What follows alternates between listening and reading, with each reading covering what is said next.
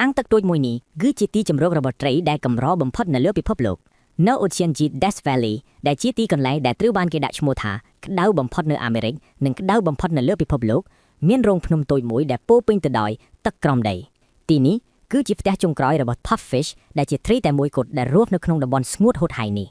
កាលពីមុនរាប់ម៉ឺនឆ្នាំតំបន់នេះធ្លាប់ជាបឹងទឹកសាបដ៏ធំដែលពោពេញទៅដោយត្រីច្រើនប្រភេទដូចជាតំបន់ទឹកទូទៅដែរប៉ុន្តែនៅពេលដែលអាកាសធាតុផ្លាស់ប្ដូរទឹកក៏ហួតស្ងួតអស់រហូតនៅសល់តែអាងទឹកតូចមួយនៅទីនេះដែលមិនរីងស្ងួតដោយសារមានប្រភពទឹកក្រោមដីហូរមកបំពេញជានិច្ច Puffish គឺជាត្រីដែលចៃដន្យហែលមកលាក់ខ្លួននៅទីនេះទើបក្លាយជាត្រីតែមួយប្រភេទដែលនៅសល់រស់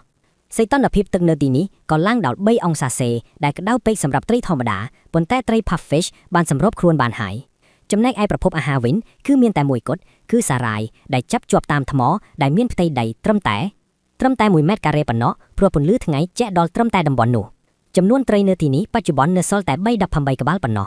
ប៉ុន្តែគេឃើញមានការលែងត្រីដែលបានចិញ្ចឹមខ្លួនឯងចូលទៅក្នុងអាងនេះហើយដើម្បីសង្ឃឹមថាបង្កើនចំនួនរបស់ពួកវាកុំឲ្យផុតពូជ